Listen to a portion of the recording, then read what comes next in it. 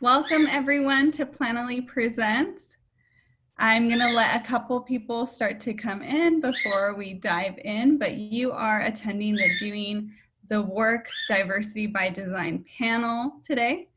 We're so excited to have you all here. I love to know where all of you are from. If you want to add in the chat box where you're from, what brings you here today. This is one of our biggest registered events to date. So thank you all very much for being so interested in such an important topic. I will be introducing our amazing Christina Wells, who's the VP of People here at Planoly, and she will be doing the introductions, but I quickly just wanted to remind y'all that we have 15 minutes at the end for Q&A, and sorry about my bird. We have 15 minutes at the end for Q&A, so please add your questions in the Q&A box, because we will be getting the questions from the Q&A box. And also Planoly is giving a free month of Planoly with the code Planoly Presents. So if you've never tried Planoly before and want to try it out, please use that code. So I will hand it off to Christina Wells. Again, she's the VP of People, and she will introduce our amazing panelists for today. Thank you, Marlene. And thank you everyone for joining us. I just wanted to let you know, Fran from Juke couldn't join us today as planned, but we have an amazing lineup for y'all. So I will have the speakers introduce themselves. So hello everyone on the panel. And before we get started, take a moment and introduce yourself and or your business, and possibly give us a brief lesson that someone from outside of your friend and family circle shared with you when you were young that kind of stays with you today.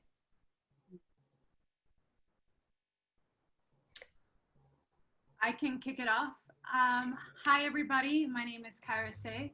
My pronouns of reference are she, her, and hers. Personally, I come from a long line of storytelling, although I don't do that in my professional work. I grew up in the Midwest, was a social justice organizer. I studied social entrepreneurship, which kind of began my journey for leveraging entities like companies to do more good than harm in the world.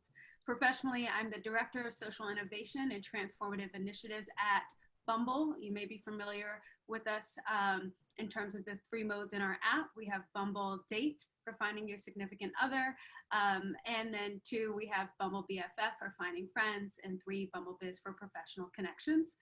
So I work for that company where I'm creating and establishing a new team.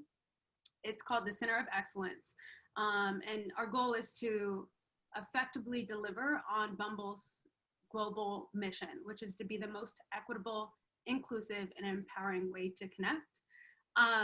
My team ensures our commitment to diversity, equity, inclusion, otherwise known as DEI, is prioritized, resourced, communicated, and consistent across our teams, practices, and impact. It's a rather new team, so I'm really excited to be here talking to y'all today and maybe having the chance to talk a little bit about some of the work we've already done.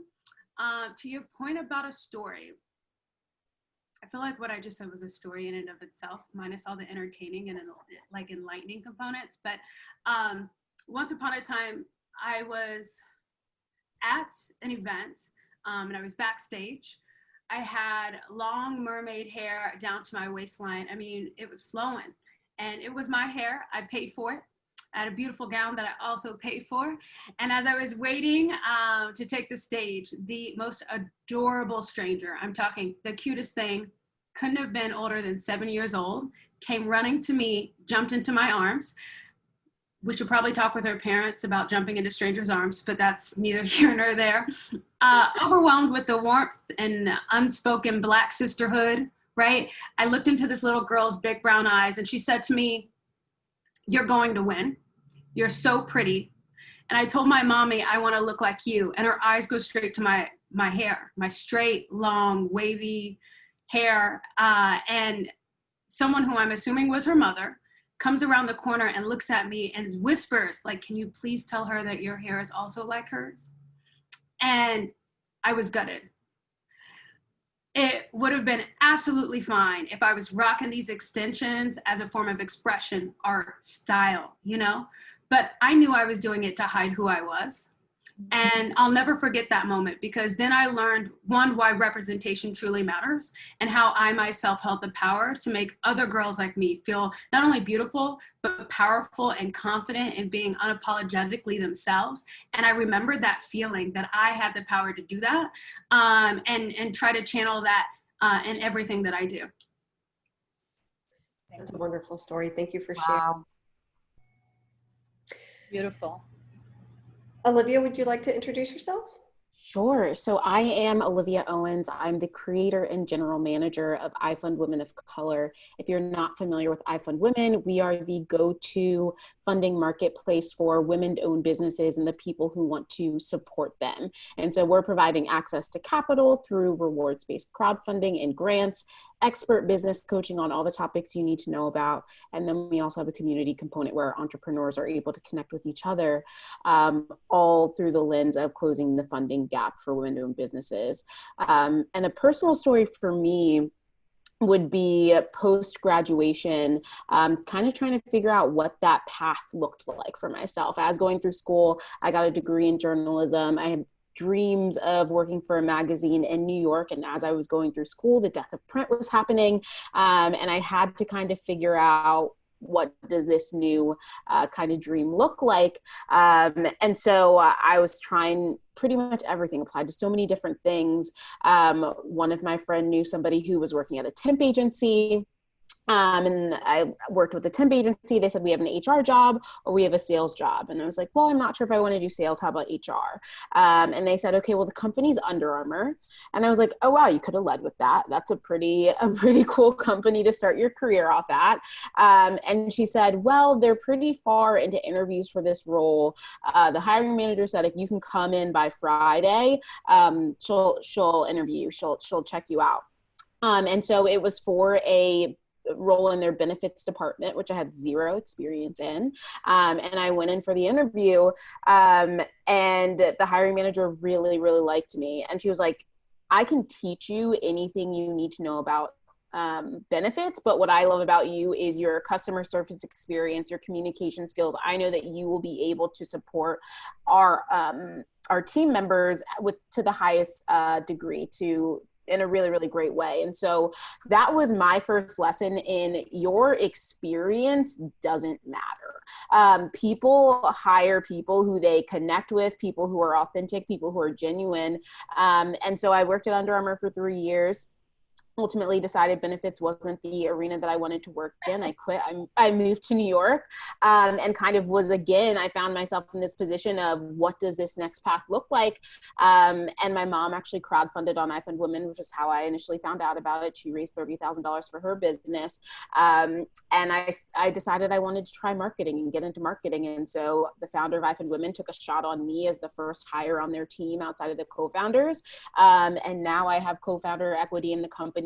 I launched this platform for women of color. And so just yet again, another example of your experience doesn't matter. It's about what you're trying to bring to the table. So that's the lesson that I've learned. What an empowering story. Thank you for sharing. Yeah, amazing. Thank you for having me. And as an HR person, it's okay that benefits wasn't your career dream. Not offended. Samar, how about you? Yeah, so I'm Samar. I'm the VP Creative Director of SHOWFIELDS. I'm not sure if you guys are familiar with SHOWFIELD, but if you're not, it's dubbed the most interesting store in the world for a reason. We are like a platform in which make sure that brands from all over the world are allowed to be able to have an experiential shop and have a brick and mortar space. We're all about magic and creating magic and value to people from across all different categories. So to be able to empower brands to be able to have a space and give them the tools to do so is very incredibly inspiring and fulfilling. Beyond just a store that have brands from all over the world, we're also a groundbreaking concept because we do bring together from culture, art, brands, events, innovation, as well as food, activism, and mission together. Mission is very important to us. So mission-driven brands and art coexisting together in a space in which reinvents how brick and mortar is invented and such is super important. So I just wanted to, briefly introduce the company and then make sure that you guys, if you have questions, we can talk about that at the end. But as far as my background, I grew up in Beirut. I'm Lebanese. I studied architecture and installation art. And I think one of the important lessons that I've learned from doing what I do now with my work is growing up in a country that was war-torn and tremendous, a little bit challenging. It teaches you a lot about, the power of art and design as a whole, and its role to amplify messaging, and it's being the voice of the marginalized, being the voice of the suffering, and being able to use that power as a harnessing power through design and art to be able to amplify and say things and harness any sort of suffering through that, to that extent. So I feel that's like a lesson that is very unique to what my experience has been. Thank you for sharing. Yeah. Getting into the questions. First question, diversity by design has taken on a whole new meaning on social media as we've seen an influx of design-based educational content recently. So why do you think graphic design lends itself well to the social content space when it comes to spearheading conversations, education around diversity and inclusion? And this is an open question for anyone. I think we can all kind of bounce off each other here. One of the first things in terms of answering that question that comes to mind for me is the fact that, we're talking about an influx now of design-based educational content. We're noticing the trend upward in terms of production and engagement on this type of content. And this simple system of supply and demand, folks right now are truly invested in learning and trying to better understand. There's a huge appetite for this type of content. Marlene kicked this off to note that this particular panel is one of the most registered events in the series, and I think it's due to the topic at hand. People have a renewed sense of awareness and a renewed sense of responsibility to one, educate themselves, but to invest in creating positive change beyond themselves. And so I think that explains the influx. But in terms of specifically design-based content, social media, that's where a lot of people get their news. And it's full of snack-sized content, easy to digest. What's good design, right? Good design is simple. And it takes sometimes what's complex topics and content and creates an opportunity and opening a door for people to be able to understand and start to engage, start to comprehend. And I think that is powerful, and watching people utilize that over social media, hopefully for good, and they've done their fact checking, right? We don't want any of that happening. It has been powerful to see, and I appreciate this new form or this new arm of social justice in this way, because we all have a lot to learn, and our experience does not mean we understand someone else's, and it's important that we're invested collectively in each other's, like, when the tide rises, all boats rise. Like, we need to be invested in that. And so that's kind of my first thoughts. I could go next. Thank you so much for sharing. That was super insightful, and I completely wholeheartedly agree. I think, there is a huge opportunity now with social media, because social media design and in general art and graphic design as a whole through social media is the modern day equivalent to posters, graffiti, protest posters, wall posting of the past.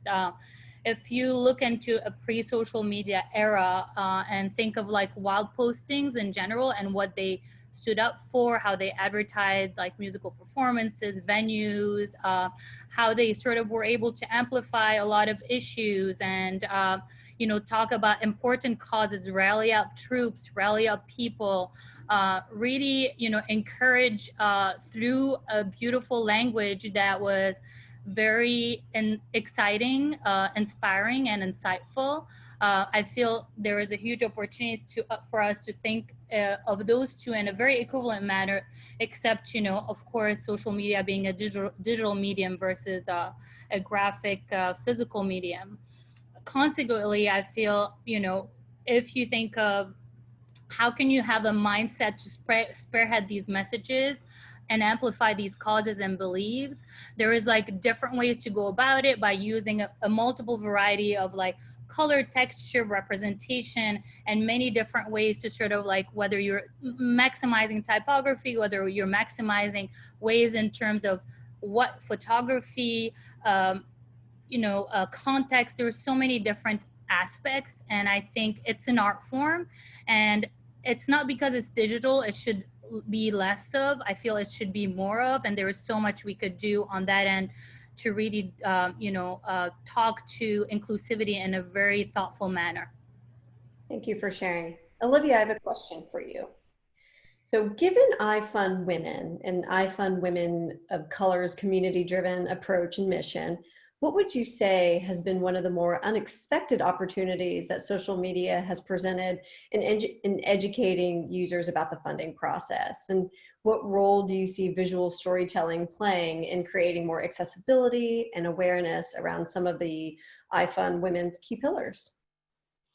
Absolutely. So I think we can all agree that if you can see it, you can believe it. And I think that so often the stories that are told represent a very small segment of our society or a very specific group. And so we've been able to leverage our social media platforms to show visually who are the women who are actually raising funds on our platform and how are they doing it. I think that's the other mission that I have in creating this platform, is reframing the narrative of what it means to be a successful business. If only 1% of founders, regardless of their gender, are raising venture capital, then the 1% is the minority. Then that means the majority of businesses are not, and therefore how are they getting funding and what does that look like? And so we're able to do storytelling around this woman, Black woman based in this area, raised $10,000 to be able to build the prototype out for her app. And then that becomes a story, a very clear example of, oh, if she did that, then that means that I can do that. And so we've really been able to leverage our community and highlight them to tell the story in itself. And I think it's really opened our broader audience's eyes to, oh, this is a platform that I could leverage. Crowdfunding is a tool that I could leverage, because I think that's one of our bigger challenges is there are a lot of misconceptions out there about crowdfunding. There's not really a lot of strong education around it, which is why education is so core to what we do. And so I think our ability to disseminate this information in a very large way through social media and leverage the women on our platform, it was already diverse before we launched IFundWomen of Color. And so we've just been able to really lift up these women and share their stories. So empowering. All of your stories are so empowering. Thank you. Thank you. Samar, next question. Your creative approach is rooted in creating experiences centered around meaningful connections and design thinking. Love it. As we navigate this transformational time, how do you think design thinking or design-led storytelling can facilitate the meaningful connections, especially on social media?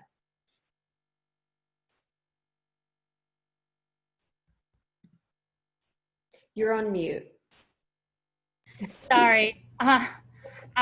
Visual storytelling brings, it builds brand awareness, drive kinship with audiences as consumers and organization. And we need to ensure that, the social media strategy is informed by and advances the diversity and inclusion initiatives.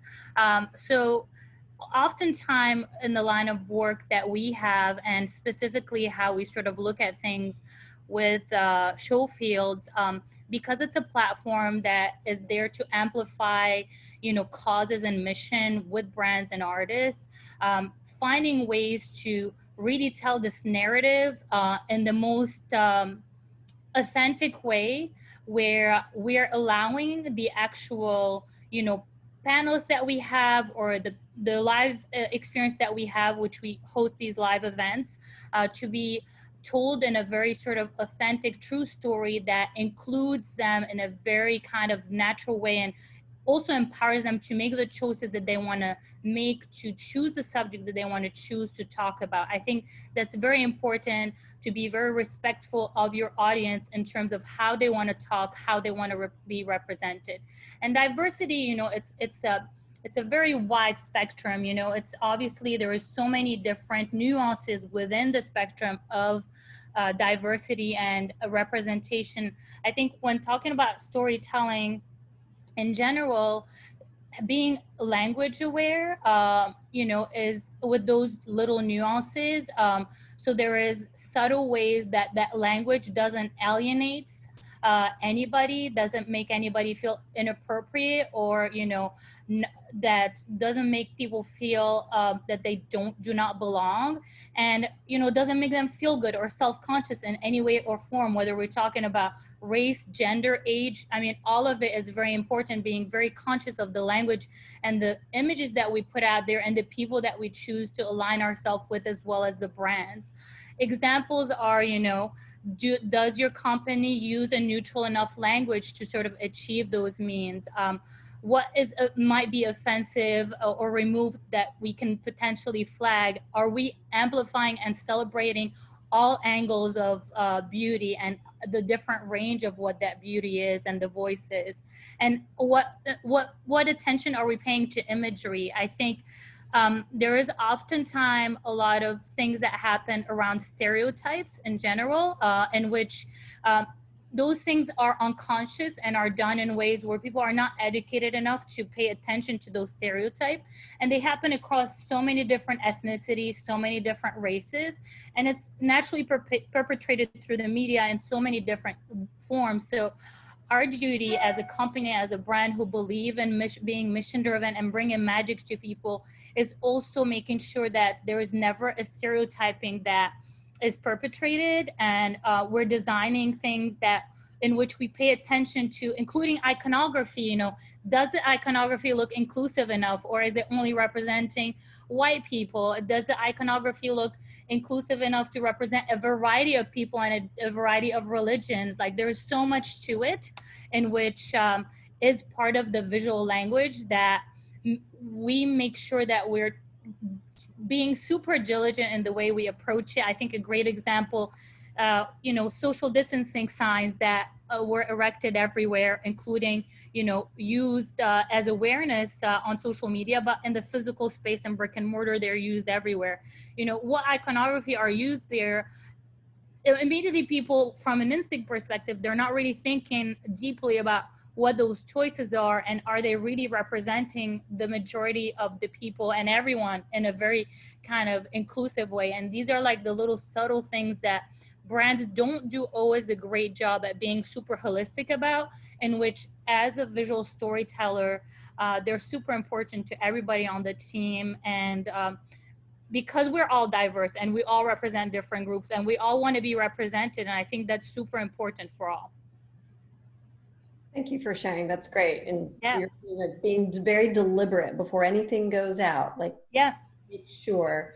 One of the great things about Planoly is we have a diversity, equity, and inclusion group called Planoly People. And the marketing team, HR team, doesn't matter what team, but if we want to put something out into the world, there is a community of people to spot check. That's amazing. That's so important. Because we might not all be aware Yeah. of all of the different facets. Absolutely. Yeah. Kyra, a question for you.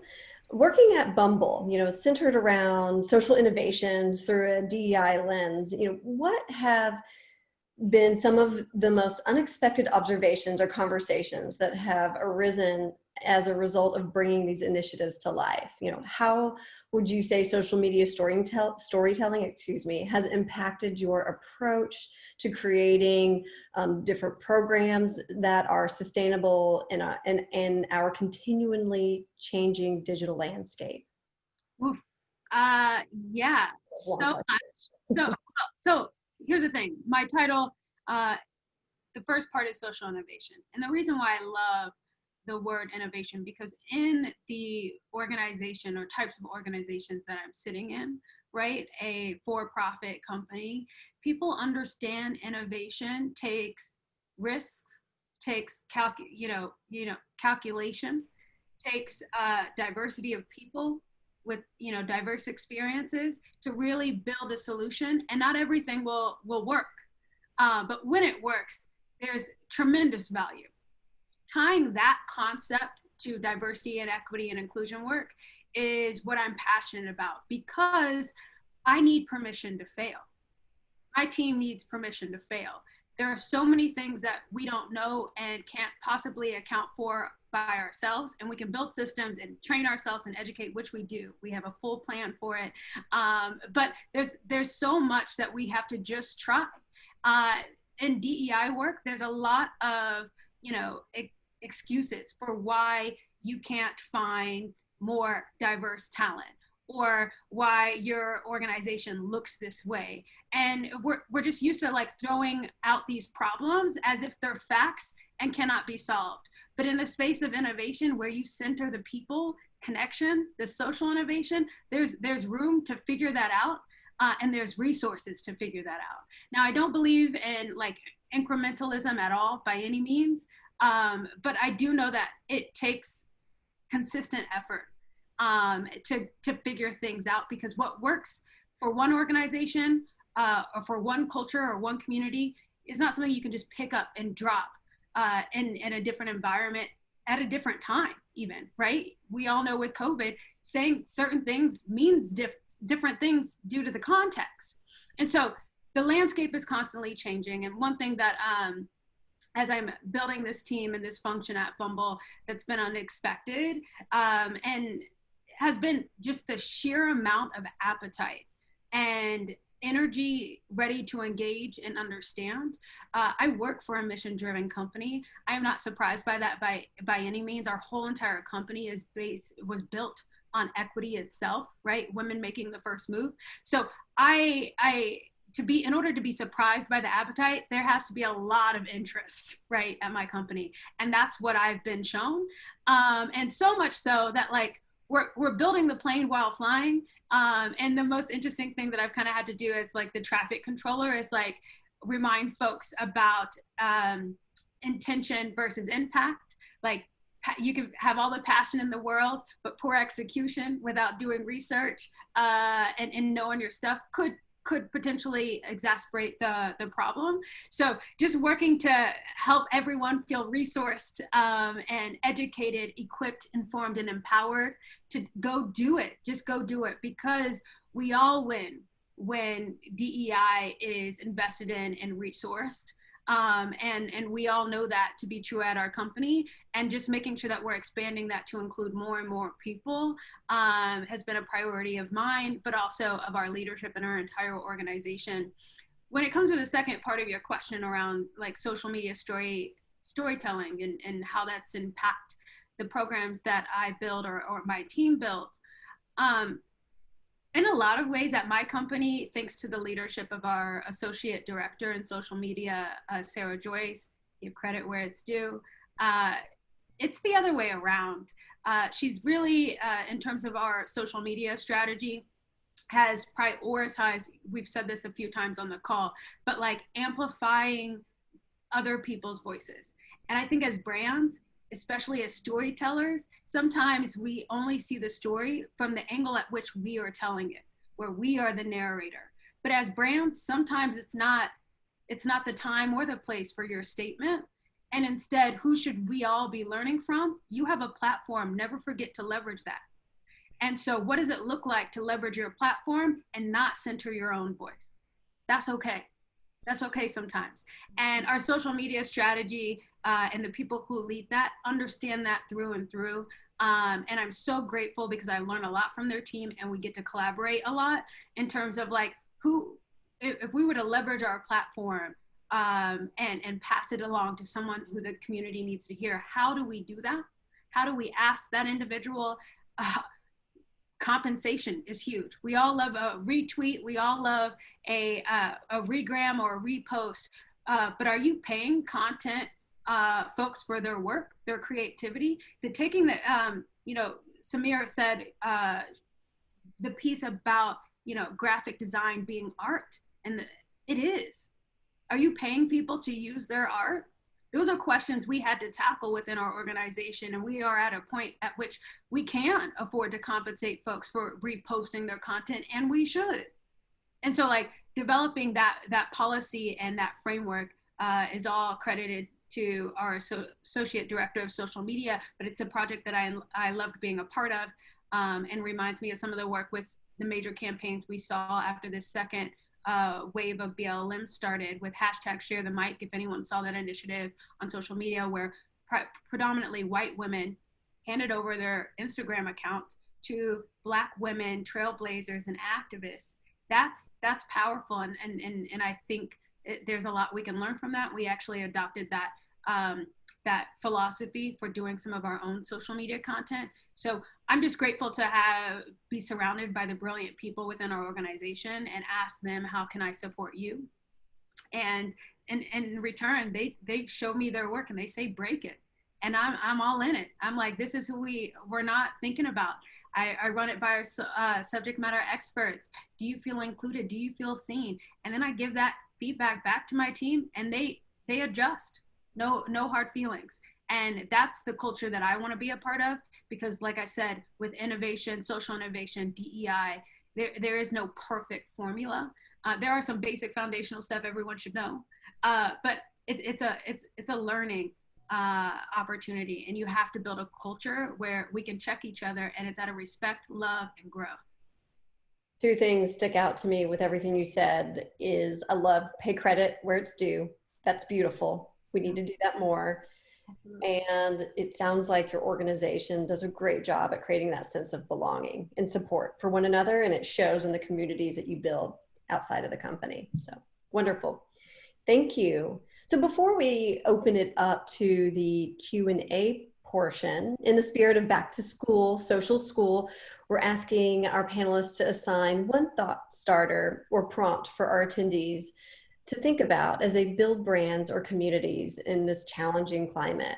So based on your experiences, what homework would you give our attendees when it comes to designing diversity programs that can exist for the long haul in our constantly changing digital landscape? So Olivia, if you want to get started. Sure. So I mentioned that IFundWomen was already very diverse before IFundWomen of Color launched. And I think that my thought starter would be audit the community that you have. What is the makeup of that community? How are they engaging? Where are the points where certain kind of segments of your community are getting stuck or not moving forward or not taking the action that you know would bring them to success? And that's really why I launched this platform, is because in coaching women of color founders, I recognize a deeper hesitation towards actually executing a crowdfunding campaign versus their white counterparts. And so what does that stem from? That's not for me to assume. That's for me to listen and understand and hear their pain points. And what I learned is feeling like they don't have the network that they need to crowdfund, because crowdfunding is turning to your own network and raising the funds.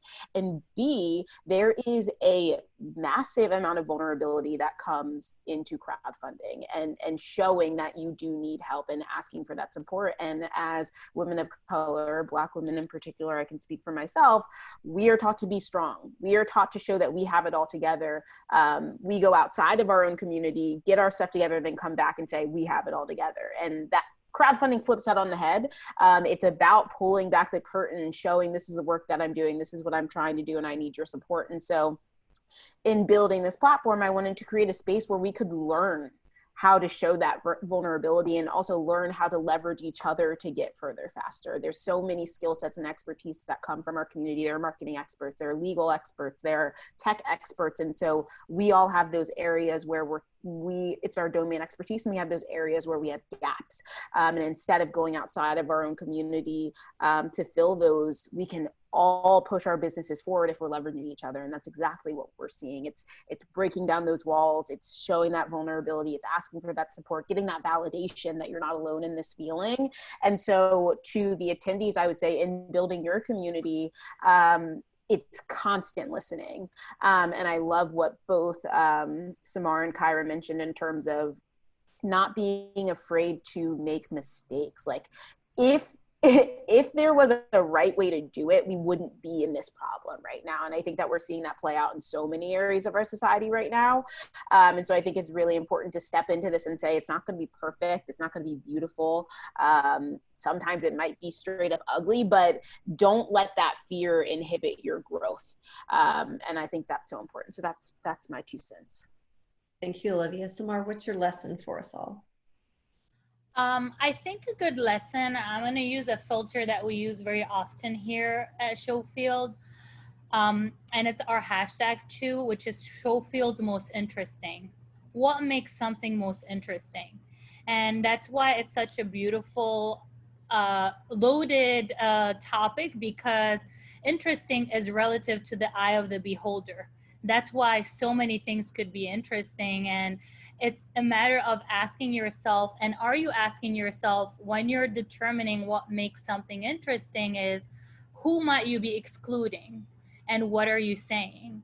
I think being able to be interesting is, you could be subversive, you can really, push boundaries, and you can say a lot of things, but being able to own what makes something interesting is very important, and being able to be proud of it and showcase things that are not necessarily what typically society tells you makes it interesting. And I think it's our duty as thought leaders, as well as, design leaders in the industry, to really be able to push those parameters.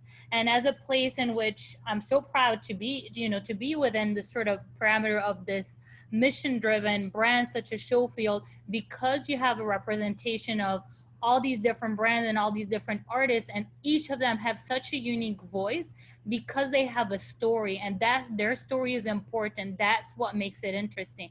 Are we paying attention and listening to that story? We have an artist that have certain circumstances, their artwork reflects that directly. Are we really amplifying and listening to their story, listening to their background, really making sure that what they want to say, we are a tool to that means? So what are they saying? How are we doing that in the best way possible? And I feel one of the filter in which enables us to do that really, really well is being able to use a combination of empathy as well as awareness, and being really close to each subject that we tackle and look at it from both an emotional and intellectual and analytical side, with enough insight, and educate ourselves in a really thoughtful manner before making these decisions and establishing these, making statements. Because statement can cost you as a brand, and it's very important to make these statements in a thoughtful way. And sometimes you might put something out in which you didn't intend to be offensive, but if it's not well thought out and you didn't educate yourself, it will be offensive. And it's just a fact, because not everybody has the insight or have had the education, the exposure to know everything, and that's okay. I think it's important to show that vulnerability and understand, that what makes things interesting is different people's point of view, different perspective, different culture. That's what makes things interesting. So how are we really making sure that we're amplifying this platform the best way we can? Thank you for sharing. And Kyra, Yeah. what's your lesson? I mean, after both of them, all of that, can I be a reach and double down on the homework already assigned? I'll take this a bit personal level, and less from the brand perspective, and just, share that my assignment today for all of y'all is to audit your feed. And then second step is to diversify your feed. Social media and our intake of all of this information changes heavily depending on who we're following and how we engage, and of course, plus the algorithm. But I would encourage y'all to do an assessment and ask yourself, what perspective are you gaining? What communities do you never hear from? And find the folks who are the vocal mouthpieces of some of the issues, concerns, and priorities, and the beauty of those communities, and follow them, listen, engage with their content, and learn something new. And I do these types of audits with a lot of my personal work. I mean, down to the movies that I watch, the documentaries that I view, books that I read, the books that my nieces and nephews read. For those of you, if you're parents, I can't tell you how many studies have been done on children's books and their availability, and the diversity of those books. What are you teaching your kids? Who are the heroes? Are they always boys? The research tells me most of the time, yes. Where are the heroines? Are you showing them that the good person, or the person that accomplishes something that we should celebrate, it could look like them even, or it could look different than what they're used to? Is the protagonist Black? Are they disabled? What do you have access to in terms of how your brain processes success, or processes, intelligence? If you grew up and all your teachers were, one shape, size, and color, that's how your brain sees someone who can educate you, someone who's important. Does that alter the way we maybe interact or challenge with people who conflict with that viewpoint in our head? Guaranteed. The research is there, guaranteed. Diversify your feed, your social media. It's the easiest way to do it. But then take it to your own, other channels of entertainment and media. I know that our social media team has done this of our own social media, like our brand social media, and decided we needed to switch up who we were following a little bit, and to be aware of what's going on, and making sure that we're being thoughtful of the different communities we want to serve and champion. Thank you. Wow. All important and valuable lessons. Thank y'all. I want to get to one question from the participants. Thank y'all so much for those who submitted questions. There were a lot, and in efforts of time, I think I have time for one, maybe two, depending on how quick we can get through them. So first question, as a small business, and this is for anyone, as a small business owner, I feel overwhelmed in knowing the right thing to say sometimes. What is the best way as a small business to show up to these conversations? If anyone wants to take it.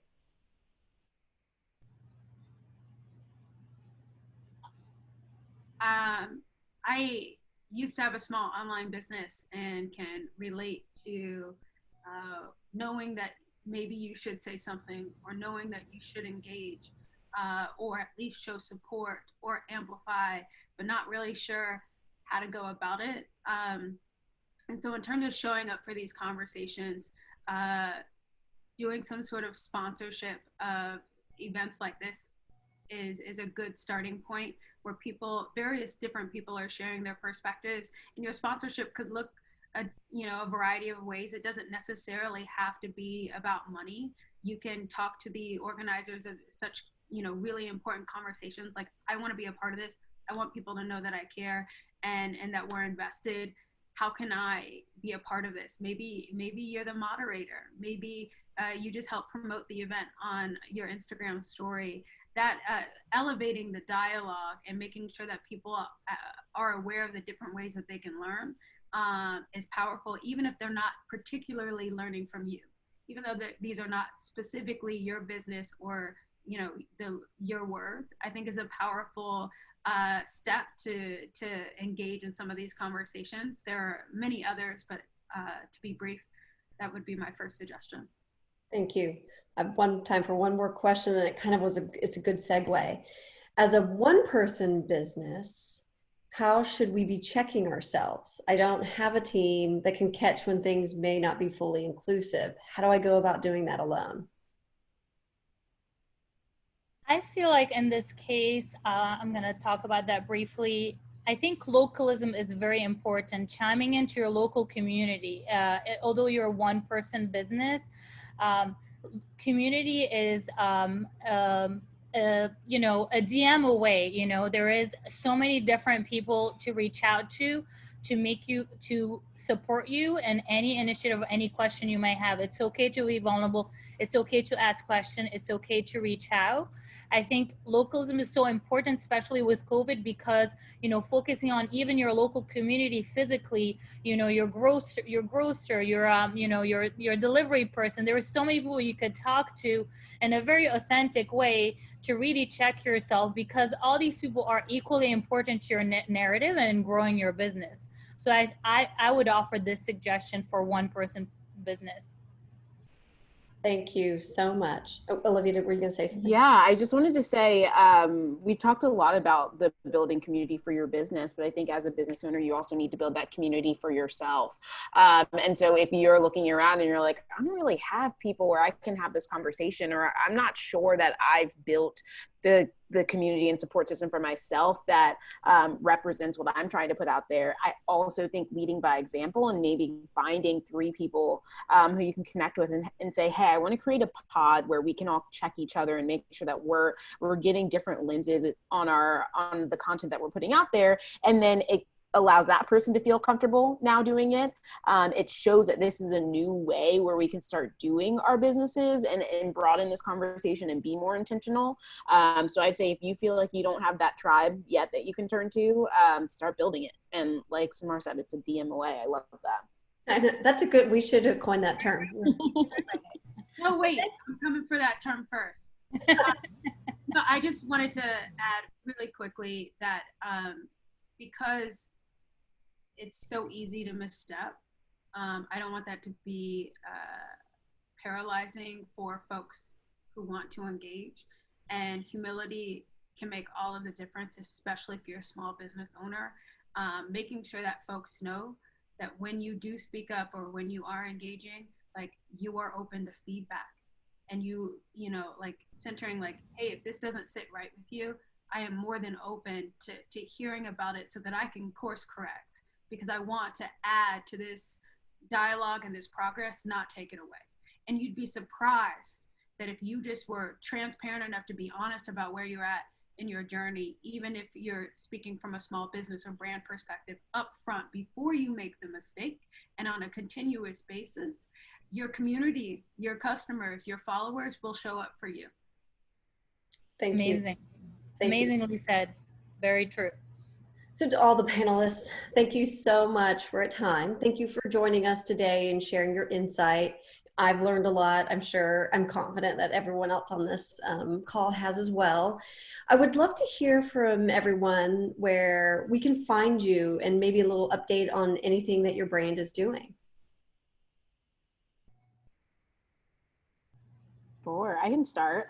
So you can find me at Olivia L. Owens on Instagram. I'll drop my LinkedIn in the chat really quickly. Would be happy to connect with anyone who wants to learn more about IFundWomen.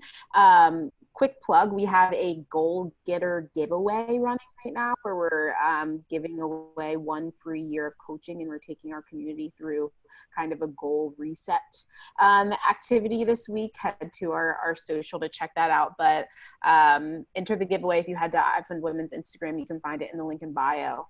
But we know how important that one-on-one support is for your business, so get in the running for that. I will share, you guys can of course reach me. You can DM me via Showfield and via my Instagram, which is Samar Ritual. I'll drop it in the chat, as well as my LinkedIn. I'm happy to support any way you guys need me to. And of course, if you guys want to learn more about so many incredible initiatives to support small businesses, in particular with Showfield, I'm more than happy to talk them through and, you know, maybe, you know, even including you in some of the panels and live chat that we host and some of the training program. There's so many things that are available. There are tools for businesses and people that are trying to learn. So yeah, definitely reach out. You're just a DM away. Yes, exactly. Yes, love it. Echoing, I'm available on LinkedIn, Instagram. If by chance you get a hold of my email, don't use it. I'm still working on that. I'm gonna be quite honest, it's a mess. So if you want any type of response, I'm giving y'all the scoop. It's that LinkedIn or it's that Instagram DM. I'll drop it in the chat. Additionally, so much of our conversation today was about community, and I want y'all to know that the company that I work for is an avenue for you to find community. During this time, I think it's more important that we deepen our connections and that we have support and 6 feet away. So please continue to consider us for, finding friendship, relationships, and deepening your community. You can download our app. It's free to use. And then, we talked a lot about social media today. So I would love if y'all would head over to @Bumble and follow our social media account and hold us accountable. Stay tuned, engage, and I'm excited to connect with y'all further. Thank you. Thank you to all the panelists, and thank you to all the participants for taking your time out of the day to join us. You'll be receiving the recording in your inbox soon, so you can rewatch it if you'd like, and make sure you RSVP for the next upcoming Planoly Presents digital series, and use the discount code to sign up for a free month of Planoly. Have a great day, everybody. Thank you. Bye. Thank you. Bye.